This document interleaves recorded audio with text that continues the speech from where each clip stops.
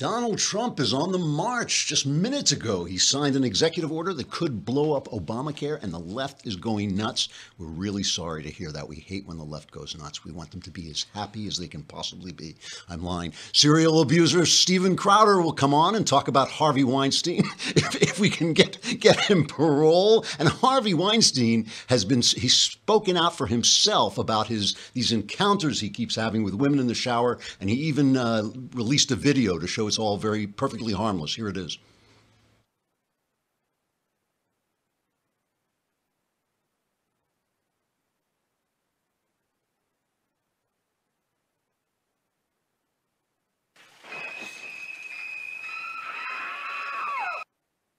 That joke took way too long. That joke took way too long. But anyway, trigger warning, I'm Andrew Klavan, and this is The Andrew Klavan Show.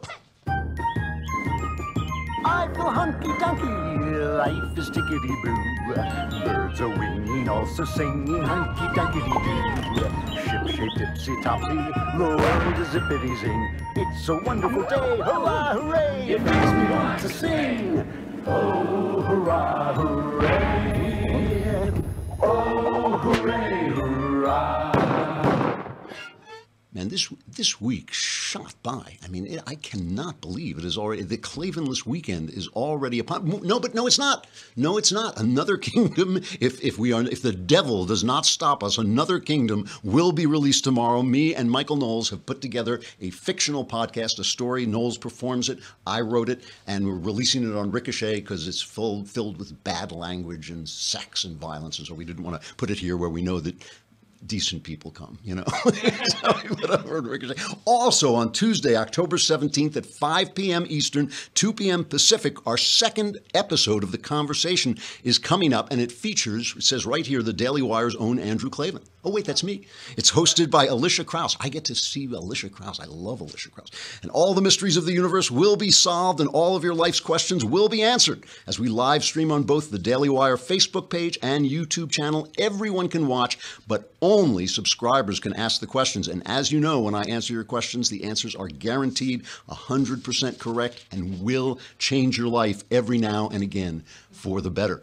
I have to actually, I started this week. I read this thing by a guy named Andrew Ortega. He put up a beautiful, beautiful Facebook post about how he had found Christ and suddenly he was so happy and all this stuff. And he said he had read all this stuff, even Andrew Klavan, and I was kind of teasing him. And he went on and did a podcast, his own pod. I don't know. It's called The Rational Rise. He's Australian.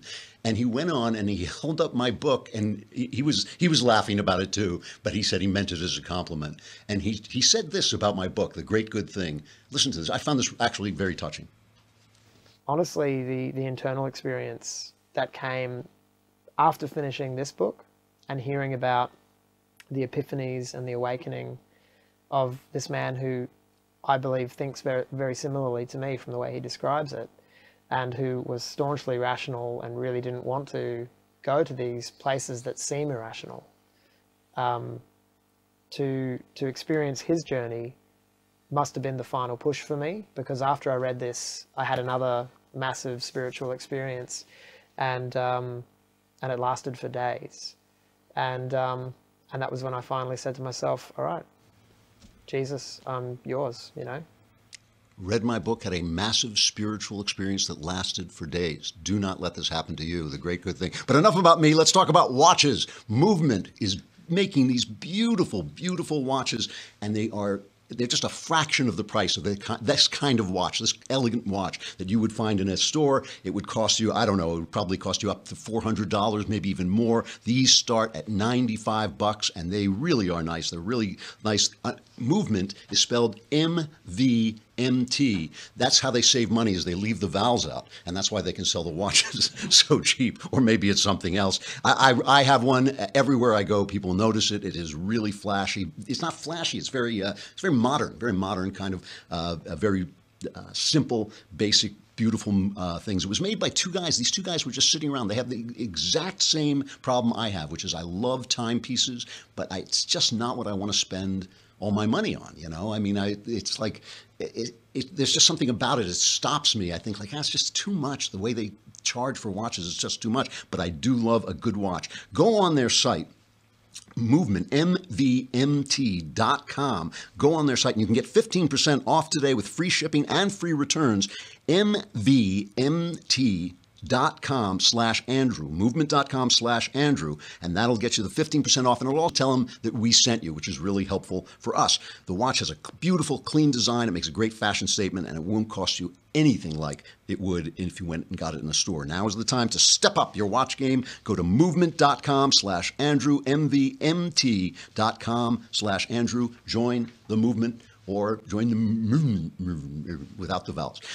So, this thing with Trump just happened. It happened as I was driving in. I can't give you a really deep analysis, but he has signed this executive order that will open up, it paves the way for opening up the healthcare market, which the left says will destroy Obamacare and which the right says will destroy Obamacare. But the right says it with a big smile on their face. Let's hear just a little bit of his speech this morning.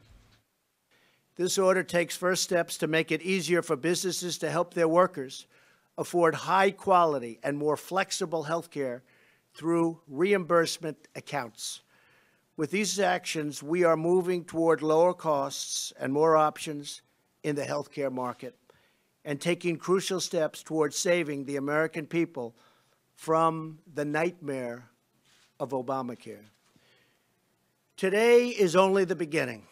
In the coming months, we plan to take new measures to provide our people with even more relief and more freedom. And by the way, on another subject, that will include massive tax cuts. We are going to get massive tax cuts, and I believe even Senator Rand Paul, and I know Virginia, Greg, I think you're with us, but the whole country is looking for these massive tax cuts, and we will get them. And we are going to also pressure Congress very strongly to finish the repeal and the replace of Obamacare once and for all. We will have great health care in our country. So basically, as I say, this is happening. This happened as I was driving into work, so I don't have can't give you a full analysis. But basically, what he's saying is they're starting the process, a study process, to allow small businesses to get together and get their own kinds of health care plans that don't fulfill all the requirements of Obamacare, to be able to buy health insurance over state lines. All these things that kind of open up the market. And what the left is saying is that, this is a sabotage of Obamacare. First of all, that's the first joke, that it's a sabotage of Obamacare, because Obamacare is imploding. The prices are going through the roof, but they don't care about that, because the point of Obamacare is to force healthy young people to buy insurance they don't need so that they can cut down the prices for people who are older and sick, right? And have what they call pre-existing conditions, which is, it's silly. You can't insure somebody against a pre-existing condition. That's not how the insurance business works. So basically, they put this mandate on buying health care where they tax you, as they call it. They penalize you if you don't buy the health care, and that's supposed to force young people to buy stuff they don't need. Because what do you need when you're a healthy young person? You don't need a zillion dollars in health insurance right away. What you want is catastrophic insurance, so if something terrible happens, you can get through it and you won't be caught in the lurch. So what they were trying to do is get every young person to pay for, birth control, and if guys were paying for birth control they didn't need, and all kinds of things that you didn't need. And this will open up that market, and especially the thing where you can buy it across state lines opens up the market. So what the left is saying is this is horrible, because now these young people will be able to get the kind of insurance they need, but their money won't be going to these older or sicker people. And they actually are saying, now the healthiest Americans will have to pay less. Well, that's how insurance works. I mean, Obamacare was built to fail. Obamacare was built to fail so that people would say we need single payer, which is government health care. So think about it like this. I have problems with all this stuff being done by executive action. I really hope that Congress comes along and backs this up with some actual laws. I didn't like it when Obama does it. I don't like it when Trump does it, when he's essentially legislating with his pen and his phone. I don't like that. But think about this.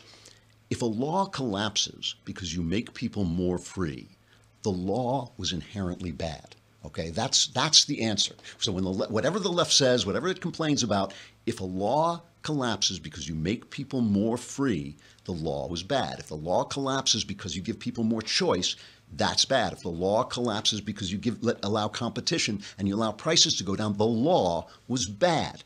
So the Democrats know the law is bad. The Democrats know the law stinks. But what they're going to be saying is, oh, now Obamacare is failing because Trump sabotaged it, and this is terrible because the poor and the sick are going to be penalized. But the fact is, more freedom is a good thing. And so if the law fails because you get more freedom, then the law was bad to begin with.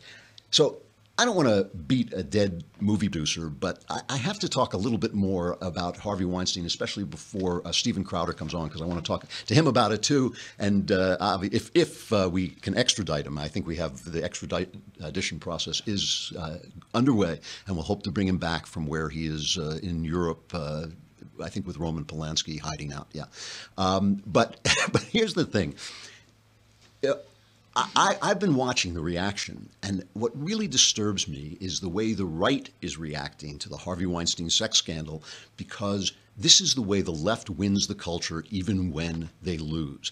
What they do is they get us to accuse them of hypocrisy, and by accusing them of hypocrisy, what happens is we buy into their premises. We buy into their premises. I don't buy into any of the premises of the Harvey Weinstein sex scandal, that this is a feminist issue. As I said, it's not, and I'll show you what I mean. But first, we did have, finally, the moral conscience of the nation when it comes to sexual abuse did finally come out and make a statement, the definitive moral statement about Harvey Weinstein. Here's Hillary Clinton.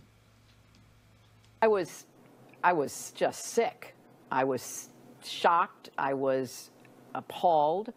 It was something that was just intolerable in every way. And, you know, like so many people who've come forward and spoken out, this was a different side of a person who I and many others had known in the past. Would you have called him a friend?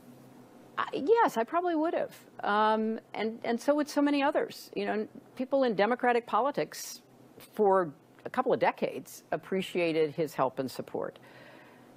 And I think these stories coming to light now, and people who never spoke out before having the courage to speak out, just clearly demonstrates that this behavior that he engaged in cannot be tolerated. I'm shocked to find that gambling is going on in here. You're winning, sir. Oh, thank you very much. Yeah, that's kind of the way I feel about it, too, because, you know, he asked Fareed Zakaria, who's looking at Hillary Clinton as if like an angel has arrived from heaven. He asked the question, would you have considered him a friend? That's tough journalism for the left, because the real question is, weren't you married to a guy just like this, and you hid it, and you covered up for it?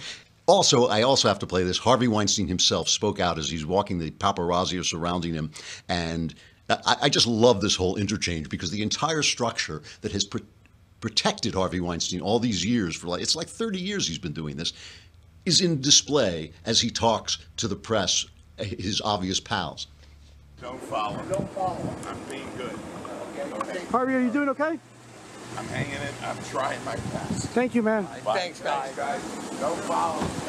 Don't follow it. We're glad to see you're doing okay. Thank you. Guys, I'm not doing okay. You're not? I'm trying. I got to get help, guys. You know what? We all make mistakes. Second chance, I hope. Okay? No problem. Thanks, guys. And you know what? I've always been loyal to you guys. Not like those who treat you like. I've been a good guy. Sure, man. Have a good one. Thank you. Hope you feel better. Thank you. Get some help, man. Thank you. Yeah, I've been a good guy. I treat you not like those other guys who treat you bad. I treat you good, don't I, buddy? Don't I? Hey, get some help, pal. You know, I just want you to transpose this. We all make mistakes, second chances, right? I mean, the guy is accused of rape, multiple rapes. I just want you to think about for a minute some 20-year-old black kid from a poor neighborhood accused of multiple rapes, multiple molestations, multiple, times forcing himself on women. And I want you to picture that young black guy standing in front of the judge and saying, well, we all make mistakes, right? I mean, he wouldn't be flying to Paris for sex addiction, therapy. And it's like, so I mean, this is really, that whole thing with it, with the guys shouting to him, get some help, pal, get some help. It's like, go to jail. I think jail is where you got to go. Here's the thing that bothers me about the right's reaction. The right loves to catch. We all love to catch each other, the right and the left both. We love to catch each other in hypocrisy, and it's lots of fun, and I don't want to kill anybody's fun.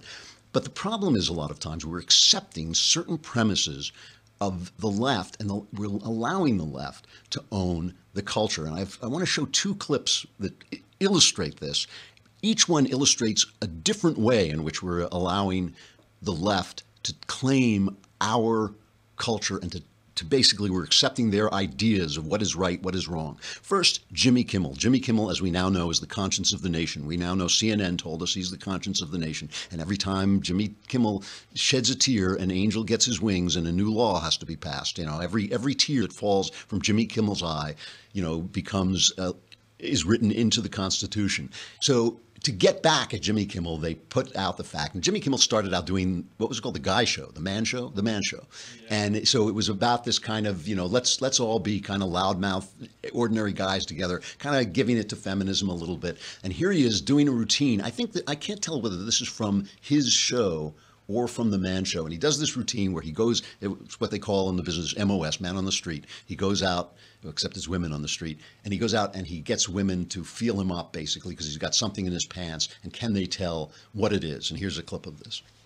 I've stuffed something in my pants, and you're allowed to feel around on the outside of the pants. You have 10 seconds to then guess what is in my pants. You should use two hands. Two hands. You've done this before, haven't you? Maybe it would be easier if you put your mouth on it. How old are you? 18. Okay, good. You sure of that? Because Uncle Jimmy doesn't need to do time. You're gonna make a fine wife. I think I wore the rubber underpants. And your guess is? Vibrator? A vibrator? No, it is actually a zucchini with a rubber band on it. All right. Now, here's my pride. I know you'll probably fall over dead to hear me defending Jimmy Kimmel, but Jimmy Kimmel is a comedian. He is operating in a transgressive space. He's allowed to do this. This is actually perfectly good satire. None of the women are being forced to do anything. They don't have to do it. They're obviously laughing and giggling, and it's a joke, and they get it. It's a joke. When we accept the idea that we can't make jokes, then we are the ones who get hit because it's our jokes that are constantly being attacked. Whenever I do a monologue, whenever I do a series of jokes, I'm always the guy. It's an old trick of the left. What they do is they take something you said satirically and then they make you answer it as if it were a serious remark. So all the funny sexist jokes I make, all the racial jokes I make, or suddenly I'm a racist, I'm a bad guy, I don't like women and all this. And then your answer, hey, I was joking. It's satire, sounds very weak. So when we do this, we are actually setting ourselves up for an attack. Jimmy Kimmel has been an absolute pain in the neck for the last month or so with his weeping and his, fighting with Donald Trump, and it's not funny, and it's boorish, and it's all kinds of things. This is perfectly good comedy. Is it trashy comedy? Yes. Is it that funny? No. But does he have the right to do it? Should he be called out on it? I don't think so. I don't think that's a problem. Here's another one where a guy is being called out, but he's being called out for the wrong reasons, and this is the one that really bothers me. The whole premise of feminism is that men are not supposed to be the strong ones. Men are not supposed to have some responsibility to protect women. Men and women are perfectly equal, and it drives me crazy. I am an anti-feminist. I am not somebody, obviously I'm for people's rights. I'm an individualist. As I always say, we're the Venn diagram, where the circle of feminism and the circle of individualism meet in a Venn diagram. I am for feminism in that sliver where we are supporting individual rights, because I'm an individualist and a humanist, not because I'm a feminist. But men and women are different. They are the two different kinds. That's the two different kinds of people there are. There are men and there are women. Everybody else pretty much the same.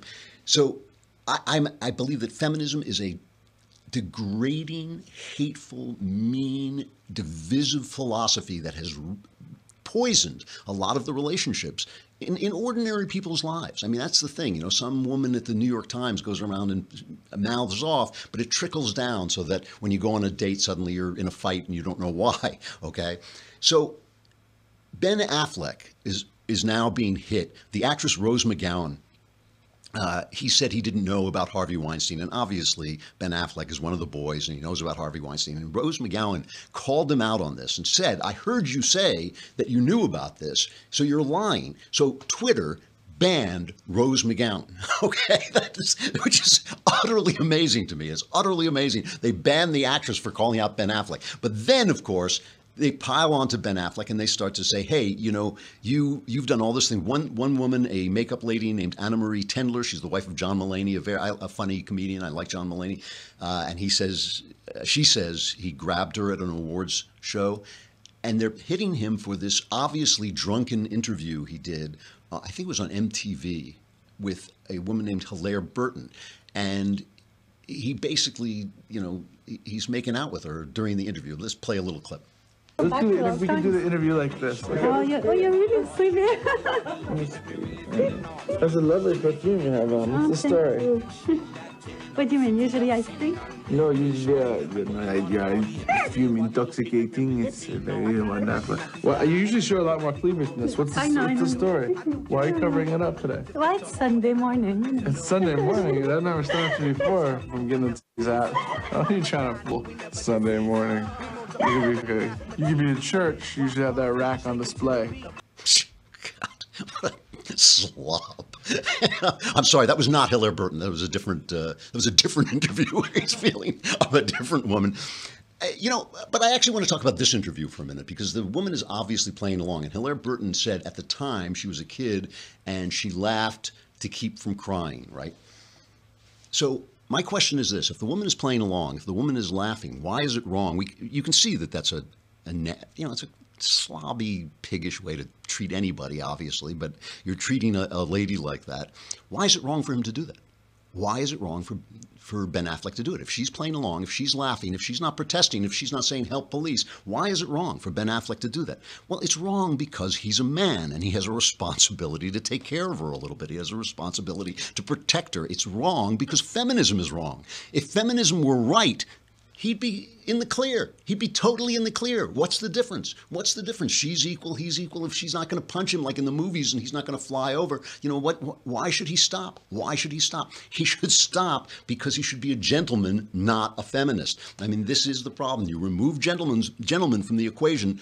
All that's left is Harvey Weinstein and the guys who are too weak to stand up to feminists and protect women from guys like Harvey Weinstein. So that is one of the things that I really dislike about the way we accept the premises of the left in our protest because we're in such a rush to make the left feel bad, to point them out, to get them on their hypocrisy, that we accept the things that they're saying. I do not accept feminism. I do not accept it. I believe that there should be gentlemen and there should be ladies. And if you are not a lady, you're not going to find gentlemen. And if you're not a gentleman, you know, you're going to be absconding on your duty as a man to take care of women. I'm going to stop right there because after this, I know I'll get in trouble. But so now the other thing about this is, of course, the press has now been caught out. Everybody's picking on Donald Trump. And after we talk to, have we got Crowder yet? Almost, yeah. Okay. Well, we'll have Crowder in a minute. You know, everyone's talking about Donald Trump making these comments about NBC. But NBC, meanwhile, has been caught essentially covering this up. We played that clip of Ronan Farrow. Ronan Farrow works for NBC, but they wouldn't run. Not only would they not run his story about Harvey Weinstein, but it's coming out now. It was in a lot of different things. This is from the Huffington Post about they just made the obstacles to his running these stories so hard for him to get through that he couldn't get the story out there, even though he had the information. And now they're claiming that he didn't have the information, he didn't get it. Let me bring on Crowder. Is Crowder there? Because Crowder, you know, can only last a while until his meds run out, and then, you know, he starts to break away. That's why you see the brick walls behind him. That's because it's harder for him to escape. Crowder, how you doing? They used to be padded. Thank you for pointing that out. A couple of things. Yeah. I hate to fact check you, but I was in Montreal when that interview happened. It's like the French Canadian Musique Plus. Really? And all those women were whores. So let's start. Well, no, that doesn't make anything he does acceptable at all. So please, I remember Found Glory went into a porta potty with a VJ, it's like what they call them here, but they were hosts there for Music Plus, and they came out and everyone clapped because she had sex with a band in a porta potty. Like, it's kind of Montreal practice. Really? This was well known. Yeah, the real problem is he was married. When is the next train to Montreal? That's they leave quite regularly. Sounds like a great place. That's the women. They're well known harlots in Montreal. Really? Yes, right. Absolutely. Well, that's good. Then to hell with them. That's what I said. Right. You needed to be a gentleman, and I mean, to me, what really bothers me about this, two things. John Mulaney's a pansy. No one kicked Harvey Weinstein's ass. A couple of things here. No one kicked his ass. Brad Pitt at least pointed at him, you know. Yeah, exactly. He said, "Did you rape my girlfriend?" Yes. Oh, yeah, okay. And he walked away. And then he sells a workout plan in Men's Health while he gets a leg double for Troy. I just want to throw that guy off a cliff. So, okay, this happened. No one kicks Harvey Weinstein's ass. That really bothers me. I'll tell you this: if someone does that to my wife, it's going to get physical. It's one of the few instances where, like, do you believe in violence? If someone gropes my wife, yes, it's the only language a guy abusing his power understands. He has money. He can fight with lawyers. You kick his ass. I'm with you 100%. You're absolutely right. Yeah. Yeah. And even if it's a professional fighter who I know is going to kick my ass, I'm going to make him wish he picked someone else. That's it. Like, he's going to lose an eye, his teeth getting messed up, something. You know what I mean? At that point, it's the principle. You just have to say, this is going to hurt, and do it anyway. So that really bothers me. And then what really bothers me about Ben Affleck is, because I remember this clip. He came out and he was saying, I can't believe what Weinstein, what Harvey did, and this is really sickening, and we need to put more women in positions of power. But he did this while he knew that clip was out there. Like, did he think the internet doesn't exist? Did he think that YouTube wasn't a thing? It's like the kid caught when you have a group of friends and you all did something wrong, and you're all like, okay, we're caught dead to rights, we're about to fess up. And I had a friend, his name was Josh, and he would just lie. And it was astounding. You were like, they know you're lying. He's like, well, listen, there's 6 of us, and the odds are maybe I'll get out. So I'm just going to lie until the end of it. That was Ben Affleck. I suspect when Affleck sobers up, he doesn't remember what he did. Yeah. I mean, I think every time I see him off film when he's not in a movie, he's smashed. Yeah, he's smashed. And he was, remember the J-Lo, he didn't just cheat on Jennifer Lopez. He was performing sex acts in the strip club on the strip. Like, it's well known. I think that also happened in Montreal. It was just the most, like, the kind of stuff that if you were to see on an HBO show, you'd be like, all right, let's fast forward. This is a little seedy even for HBO. That was Ben Affleck's life. Him, his brother, Weinstein. These are the worst human beings on the planet. And anyone who has standards is a hypocrite. You're a hypocrite. I'm a hypocrite. Everyone's a hypocrite. I get that. But it's really hard to be a hypocrite, first off, when you have no standards. And Hollywood has set the bar so low. We have open marriages. Who am I to judge? 100% divorce rate. 3-year-old wants to be trans, fine. So to be a hypocrite when you have standards that low is a marvel, and they still manage to do it. And then they make a living off of being hypocrites. And I will tell you what, I'm not victim blaming, but Meryl Streep, Gwyneth Paltrow, Angelina, every single person who didn't come out and simultaneously was thanking Weinstein in their award speeches, they acted as recruitment tools for Weinstein. And that bothers me. It bothers me, too, when they start to call them heroes, like 20 years later. Oh, yeah, he groped me 20 years ago. What a hero you are to come out, now that you've got your career, now that you didn't risk anything. I mean, yeah. Do you notice, too, not a single one of them is ever like, yeah, you know what? I'm trying to think of this show. I'm trying to think of the verbiage. I had to perform favors for Harvey Weinstein, but I got my Oscar, so bite me. Do you know that everyone comes out and they're like, but I didn't do it? Really? You've got 3 Oscars. You didn't do it. There wasn't something going on in a dark movie theater in Midtown. You didn't do anything. 20 years later, you stayed quiet. Sorry, I'm not buying it. I have a problem with people who come out again, if they just said, hey, listen, he groped me, and like Heather Graham said, he groped me, he came on to me in a hotel. He didn't actually grope me. He didn't rape me, but he re-invited me to his hotel, and I said, of course not. That's it. But someone who says he sexually assaulted me, and we go back to the tail of the tape, we're going, hold on a second. Here you are at the Golden Globes thanking him specifically during that time. There are girls watching you, Gwyneth Paltrow, saying, how do I become a Gwyneth Paltrow? And the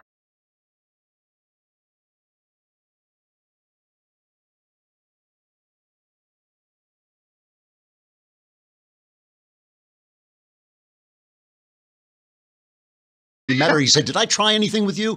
He didn't remember. But, you know, I usually assault women. Did I forget in your case? You know? Yeah, exactly. So I think you're the rule rather than the exception. But if you come back, I'll make it right. Right. So now the other thing I have to ask you about. The only time I ever think about you is when I'm watching late night comedy, and each one of these guys not only looks like the guy next to him, but has the exact same opinion, the exact same set of, and they don't even tell jokes anymore. No. Does this make you crazy at all? I mean, you're a genuine professional comedian and actually funny. Well, thank you. But I appreciate that. And here's the thing: when people are like, "Oh, you know, funny is subjective," but someone can say that, but they can't say that Owen Benjamin, who's here all week and who helps write, like they can't say he's not a comedian. He's one of the most, well-known headlining comedians across the country. He just happens to have recently come out of the closet as conservative. So we have a lot of talented people working here. I can't take credit for all the success, but it used to make me more crazy until I realized now that it's just this unbelievable opportunity, because other people were saying, "I don't watch late night. I watch Crowder instead." And so we said, you know what? We kind of realized this is the show that a lot of these people are going to bed with, because listen, you're brilliant, and Ben Shapiro is obviously he's the best in his vertical. If you want to learn kind of how to think and express these conservative ideas, Ben is so good, and this is what I do. So a lot of people they connected with it, and so now we see it as a big opportunity. Every time Jimmy Kimmel gets up and cries because a dentist shot a lion, I'm like, well, okay, that means we're going to gain 20,000 new subscribers. Well, I think I told you when I went down to do a Mark Stein show, they brought me down from Canada because I wanted to hit some hookers on the way down. And I got to I did not know any of this about Montreal. I'm so excited now. But when I came down and I got to the place where they take your passport, I handed the guy my passport, and he said, "You're on the Crowder show." I thought, we need to build a wall on the Canadian border too, because if they're letting guys through after they knew I was on your show, they would still let me through. But I think it's funny. We have a bit. It's a double-edged sword, right? Because you have people who want to kill you and try and find your house and try and dox you. So we have all that stuff. But, Owen Benjamin has just been appearing on the show pretty frequently. We have rotating guests and kind of in this third chair. And we're actually doing this bit tonight. It's based on his last show, A Positive Heckler. And like the people who are fans of the show are really fans of this show. Yeah. But he says it's getting distracting, or you tell a joke, the guy's like, "I love what you're doing. I really support you in the movie." That's tough to work with. And positive. So you and I are actually two of the few conservatives who actually have worked in Hollywood. I mean, all conservatives talk about Hollywood, but you and I have actually worked in Hollywood. Is Hollywood dead? Is Hollywood finished? You know what? That's an interesting question. I think there are some obstacles here that we didn't foresee, or certainly not to be as severe as they are. With there was this idea that now there are going to be no more gatekeepers because there's YouTube, there's Facebook, there's social media, and we can create this programming and get it out there. But now we're seeing that they are every bit as left, and they're every bit as bad in trying to set up girders to keep you from succeeding.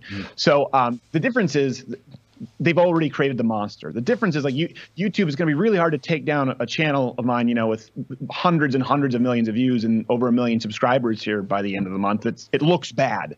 So they have to find ways to tweak the algorithm, and that's what you see with James O'Keefe. So I do think the entertainment industry is this race to the middle.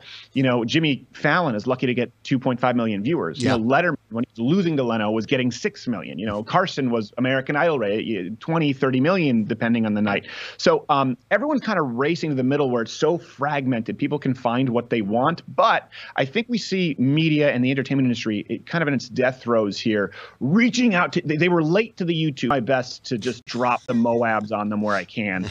And I'm anticipating some return fire when we cross this 1 million subscriber mark. At some point, gonna have to answer. And you'll have more viewers than they have, basically. They don't. I mean, it's crazy. It's crazy to think. You have any idea how much money Vox has? It's insane. They have so much money, and they make such crap. Like, it is so easy to rebut. And I know Ben Shapiro is smarter than I am, but I'm pretty good in the realm of debate. And what I do is I just source things meticulously because Vox doesn't. And then I look at Samantha Bee, and her source is Vox. She's bringing up Vox. And I'm like, hold on, I went back to the Vox story, but there's no source in that story. You're sourcing a non-source. This is media. This is the entertainment industry. Yeah. They have gotten by so long being so mediocre. And I do think, I hate to say this because you're just you're an unbelievably talented writer. And I've had the door closed in my face for being conservative. And I know it bothers you when other people come out and say like, well, I didn't get a job because I'm conservative. Like, no, you had a typo in the very first phrase. That was kind of like, you need to work a little bit more. Yeah. Same with Owen just got dropped by his agent for saying there are no 3-year-old trans children. That was so offensive. He got dropped by his agent for that? At CAA, yeah. And then this week, CAA is reeling because they were inviting the ladies to the Weinstein's hotel.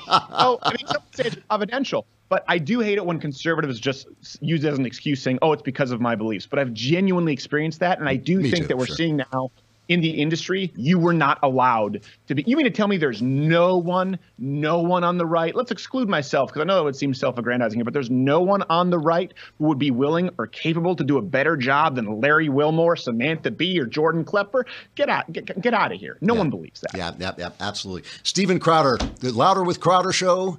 I'm glad you could get parole and come on, and we'll bail you out next time. Technically, it's furlough, but thank you. All right, I'll see you later, pal. He is really funny. When he goes on, he cracks me up. All right. Finally, before we get to stuff I like and say goodbye and remember, not the Klavan weekend, right? Not because we have one more day of another kingdom with me and Knowles, and we'll get you through, and then all hell breaks loose. But I do have to say that Donald Trump is under attack for a couple of remarks he made about the news media. The NBC ran a story saying it's part of this whole thing. Rex Tillerson, the Secretary of State, called him a moron, they say, and he says that's not true. Tillerson hasn't quite denied it. He kind of denied it late and all this stuff. You know, there's two big guys. I'm sure they call each other all kinds of things, but who cares? But Trump made this remark about NBC because NBC had a report that he wanted 10-time increase in our nuclear arsenal.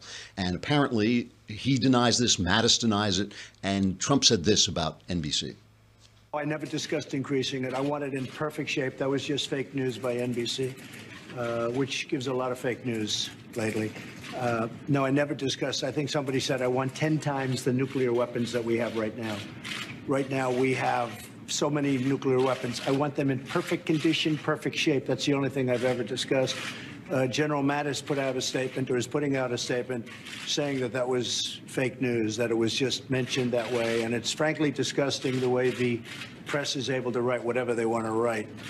And people should look into it. So he doubled down on this. He put out a tweet that said network news has become so partisan, distorted, and fake that licenses must be challenged and, if appropriate, revoked, not fair to the public. You know, I completely oppose this, although I have to say sometimes when I watch the late night comedians, I do think, why are they allowed to use the public airways to just air their political views and there's nobody else on there? The FCC doesn't license the networks. The FCC licenses local outlets, I believe. So if they were revoking things, they'd have to be revoking them one at a time. I'm basically completely and entirely against this, and I think that I don't really worry as much about what Trump says. I know it's kind of a weird way to treat the president, but he does go off. He mouths off all the time, and half the time it doesn't mean anything.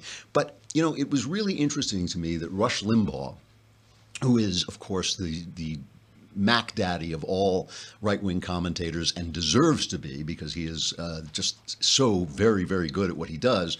But he came out, and he's a big, big NFL fan, but he came out and said he was a little worried listening to Trump flog the NFL. Here's what Rush said. There's a part of this story that's starting to make me nervous. And it's this.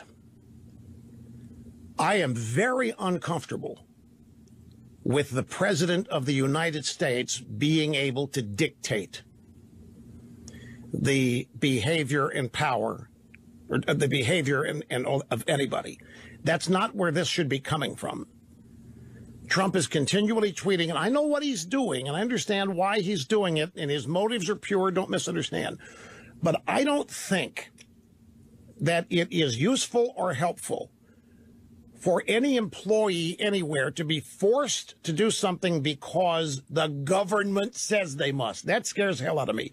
This should come from the league, as it looks like Goodell wants it to. The owners should be demanding this, not the president. And now, of course, the owners are starting to demand it, and Goodell is saying it should happen. But here's the thing. I mean, obviously, if Rush is worried about free speech from the right, then we all have to be worried about it. There's no gainsaying that. And obviously, I feel differently about the NFL. I feel that Trump became the voice of the nation, speaking out against a tremendous industry and the people who are dissatisfied with seeing their athletes, seeing their actors, seeing their movie stars diss the country continually and constantly, that Trump used the bully pulpit to speak up for them. So I didn't have as big a problem with that. I do have a problem with the NBC stuff. It's ridiculous. NBC can run all the stupid news they want, and I still don't think the government should get involved. But Daniel Henninger in the Wall Street Journal ran a piece today saying that nobody would mistake President Trump for James Madison, who helped get the right to free speech into the Constitution. But he says Trump will be remembered as one of the country's foremost practitioners of the right to free speech, and less appreciated is that the Trump administration may go down as a significant defender of the First Amendment when it most needed defending. And then he goes on to talk about how Attorney General Jeff Sessions has announced that that the Justice Department is going to be fighting to keep free speech free on college campuses. They've already filed an amicus brief where the Justice Department joins the fight against Georgia Gwinnett College, which created free speech zones or public forum areas requiring a college-approved reservation to have free speech. A recent Brookings survey, Henninger goes on to say, shows that only 39% of current college students think that hate speech is constitutionally protected. So the left, obviously I will not be lectured by the left on what free speech is and who is defending it, because they have done everything they can to erode our free speech rights.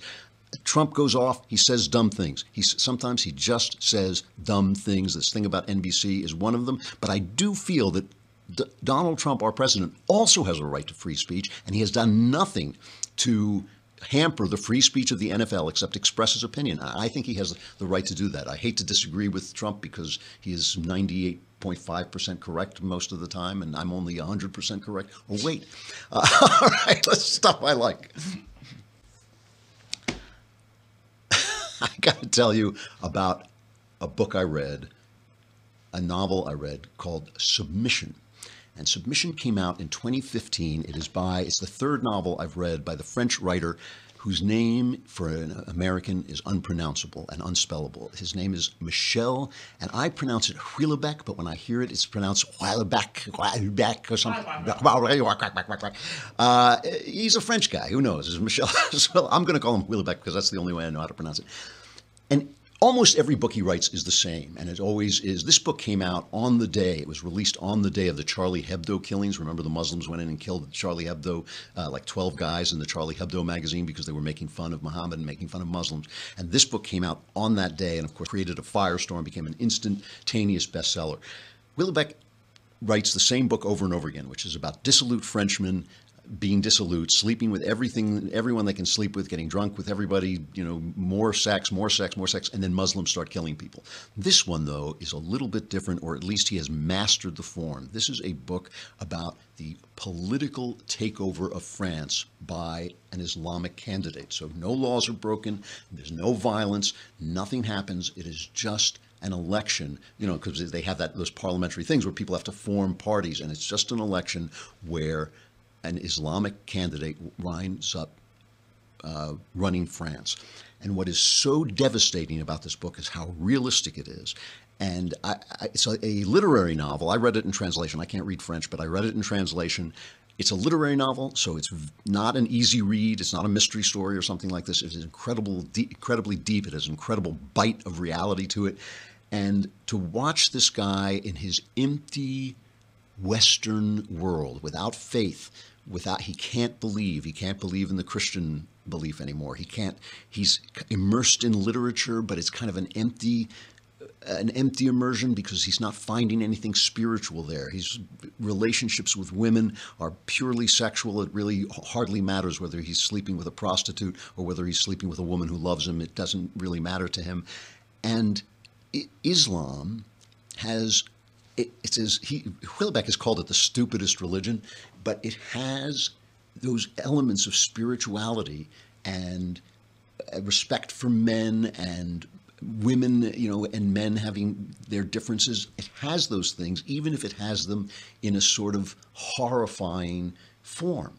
And so he's basically showing you that Islam is winning the argument, which is more horrific than they're winning through terrorism. He's basically showing that Islam, an oppressive, especially as it's practiced in this novel and as we've seen it practiced in many places, is an oppressive, anti-female, anti-gay, anti-human religion. And yet, because it has the spirit in it, because it has some connection to God, it somehow has more emotive power and more conviction than anything the West has got left. And it's a terrifying, terrifying novel. Submission by Michelle Houellebecq. I will spell it because I can't pronounce it. Houellebecq. It really is a brilliant novel. We will finish with one more thing that I like, which is this. There was a movie called The Long Goodbye, 1973. Raymond Chandler is basically the writer who turned me into a novelist. I mean, I loved Raymond Chandler, and his books have been made into movies again and again. The Big Sleep with Humphrey Bogart. But The Long Goodbye was made by Robert Altman. The Long Goodbye was, when I was a little kid, was my favorite Raymond Chandler novel. And what Altman did is he took the tough guy Private Eye and he moved him up into Hollywood in the 70s. So he's kind of like this, I don't know the word to use, dissolute character. He talks to himself. He kind of wanders around muttering to himself through the whole time. And as a joke in this film, he wrote a song. You know how in those old noir movies, if you've ever seen old 50s movies, there's always a song, a love song or something, and it's always playing no matter where they go, and they keep playing. So he has this song. It plays throughout the movie, and he'll turn on the radio, and it's on the radio. He'll walk into a club, it's on the club. He'll be in the shopping, in the supermarket, and it'll be the music coming up. So it's kind of this running gag. But the thing is, the guys he got to write the song were John Williams, one of the great composers of movies ever, and Johnny Mercer, one of the greatest songwriters. He wrote the lyrics. And so the song, The Long Goodbye, is actually terrific. And so we will say The Long Goodbye. Another Kingdom will be released on Ricochet tomorrow, God willing. So the Klavan Listen Weekend will not quite begin, but then it will come, and it will come with a vengeance. So survivors, gather here on Monday. I'm Andrew Klavan. This is The Andrew Klavan Show, and we'll see you then. There's a long goodbye, and it happens every day when some passerby invites your eye to come her way. Even as she smiles a quick hello, you let her go, you let the moment fly. Too late you turn your head, you know you said the long goodbye. Can you recognize the theme? On some other street, two people meet as in a dream, running for a plane through the rain. If the heart is quicker than the eye, they could be lovers until they die. It's too late to try